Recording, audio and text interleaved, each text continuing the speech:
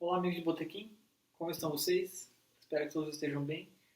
Hoje falaremos de um importante fator para a história da música popular brasileira, a chegada da gravação no Brasil.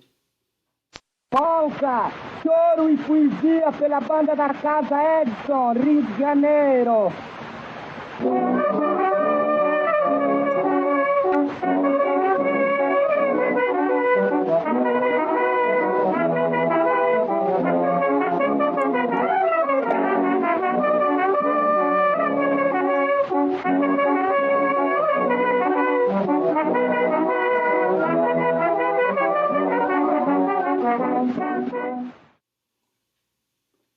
Ao longo do século XIX, houve invenções que conseguiam gravar as ondas sonoras, gravar mecanicamente, porém não conseguia reproduzi-las. Então, havia só o processo da gravação, mas não da reprodução. O que veio a acontecer com o invento do brilhante Thomas Edison, o fonógrafo, de 1887.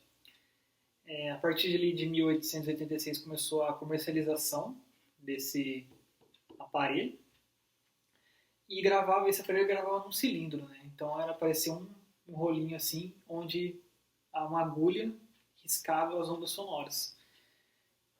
Já ali em 1888, houve a invenção do gramofone, por Emil Berliner, que fazia, na realidade, a gravação em chapas, né? Então em discos.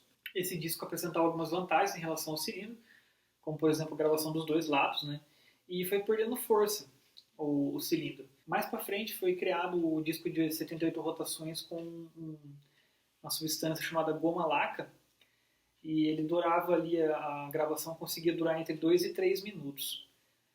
Essa gravação mecânica, ela favorecia graves devido ao espaço físico que os sons de baixa frequência ocupavam nos sulcos. Com o passar do tempo, o rádio e o cinema começaram a fazer com que a gravação perdesse força. Isso ajudou a criar novos mecanismos. O mais dele importante foi a gravação eletromagnética, que em vez de gravar por mecânica, gravava por ondas eletromagnéticas. Isso favoreceu muito a qualidade sonora das gravações. Os graves, os médios e os agudos começaram a se gravar com um pouco mais de equidade. Inclusive a gente consegue perceber isso em gravações da época, com os mesmos cantores, né? Se a gente ouvir, por exemplo, gravações do Francisco Alves na gravação mecânica e na gravação eletromagnética, podemos ver uma grande diferença. Na gravação mecânica, por exemplo, ele parece muito com alguns outros cantores que a gente lembra muito da gravação mecânica, como o Baiano, o Eduardo das Neves, aquele agudo bem estridente e fininho. Já se você perceber na gravação eletromagnética do Francisco Alves, consegue já perceber os graves dele muito mais definidos e sentir a beleza da voz dele como um todo. A gente pode ouvir agora duas gravações de músicas dele, uma mecânica e uma eletromagnética, para vocês verem a diferença.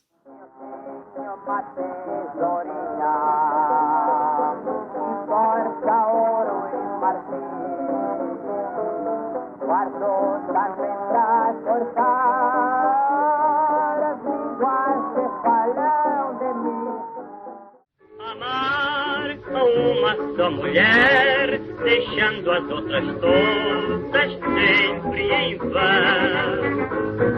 Pois a uma só a gente quer, com todo o fervor do coração. As técnicas de gravação foram melhorando com o passar do século XX.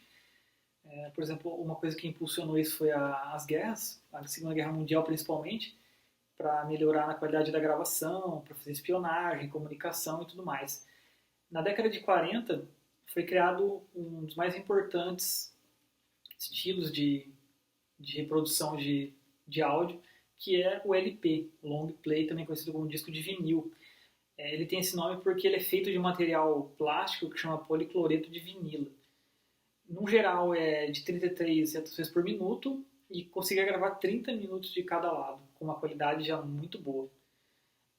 Variado dele, e lembrando um pouco do 78R RPM, né, que conseguia gravar uma música ali, tinha o compacto simples, que foi lançado também, ele tinha 45 RPM e conseguia gravar 4 minutos ali de cada lado. Também muito usado ali nas décadas ali de 50, 60. Feito esse panorama geral da gravação ali no começo do século XX, vamos falar um pouco como é que foi no Brasil. Então não demorou tanto para chegar no Brasil, foi em 1902, com a Casa Edison, né? E o primeiro lançamento, a primeira gravação considerada é Isto é Bom, Lundu, de Xisto Bahia, gravado pelo Baiano, que inclusive no nosso episódio de Lundu eu coloquei um trecho para ser ouvido. O criador da Casa Edison é o Frederico Figner. Ele teve um domínio de 30 anos do mercado. Ele começou usando a marca Zoonphone e depois mudou para a famosa Odeon em 1904 e basicamente dominou esse mercado. O mercado da gravação mecânica, por exemplo, teve 7.000 discos gravados, a maioria da Odeon. Quais eram as possibilidades para o músico no começo do século XX aqui no Brasil? Era tocar em bandas, pequenas orquestras, tocar em cafés, restaurantes, teatros. Mas com o advento da gravação, surgiu esse novo mercado, essa nova possibilidade de se estabelecer na carreira financeiramente, que é ser cantor de disco e também instrumentista. Falando um pouco das figuras mais importantes do início da gravação no Brasil, nós temos o Baiano, que ele era conhecido por saber cantar mais de 1000 modinhas. E um exemplo aqui para a gente ouvir agora, então, é da composição São Paulo Futuro, é uma gravação de 1914, é uma composição de Marcelo Tupinambá e Danton Lampré. Ai, seus sinais, margaridas, desmontar, soluçar, ouvindo as vozes floridas dos cavaleiros do luar. Outros exemplos de cantores famosos do início do século XX no Brasil são, por exemplo, o Cadete, que é um cantor de músicas românticas, e o Eduardo das Neves, que, além de ser cantor e intérprete, era um compositor, o que diferenciava de outros cantores da época. Ele foi um dos mais importantes músicos do início do século XX negros no Brasil. Como seguila no sertão chumbo e fala, causando medo dos quintais que nem se fala. Eu não me lembro dessa cena sem saudade, porque eu não gosto dessa vida da cidade. Outro cantor importante do início do século XX no Brasil foi Mário Pinheiro. Ele tinha um estilo mais erudito de cantar, inclusive ele morou na Europa depois dessa era de gravações dele, ele foi para a Europa, provavelmente lá teve algumas experiências com esse tipo de canto, mas ele deixou um grande legado aqui de canções muito famosas e de um estilo que se perpetuou, né, de canto no começo dessa era das gravações, que se passou, por exemplo, a Francisco Alves, Vicente Celestino, e que só mudaria depois com Mário Reis, que ia puxar o canto mais popular possível. Vamos ouvir agora Casinha Pequenina, uma canção muito famosa, gravada em 1906 por Mário Pinheiro. Tu não te lembra da casinha pequenina, onde nasceu nosso amor?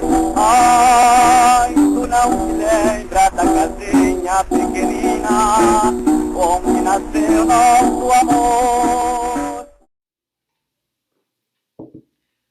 Exemplos de mulheres cantoras nesse começo não tem, simplesmente pelo fato da sociedade ainda ser muito machista e não permitir esse tipo de atividade.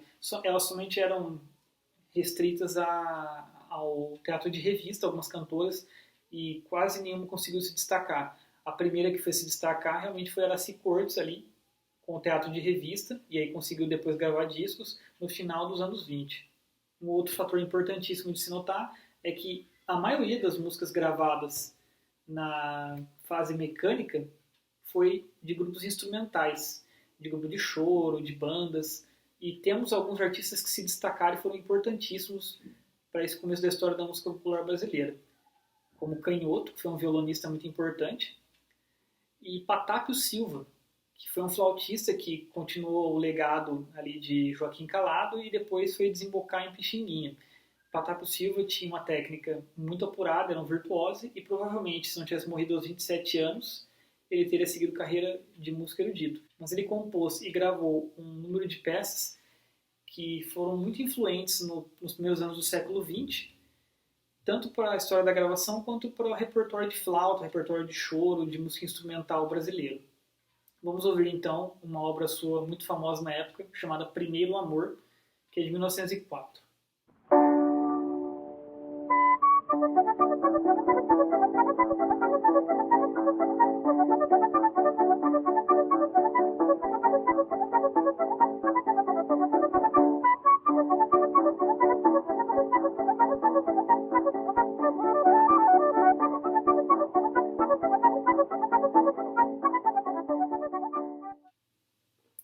E aí, galera, curtiram conversar um pouquinho sobre o início da gravação na música popular brasileira? Fico feliz de ter vocês aqui comigo e espero a presença sua no próximo episódio, que falaremos de um dos assuntos mais importantes, mais curiosos, de um estilo que fez a música brasileira se tornar famosa mundialmente, o samba. Agradeço e espero vocês até lá. Um abraço.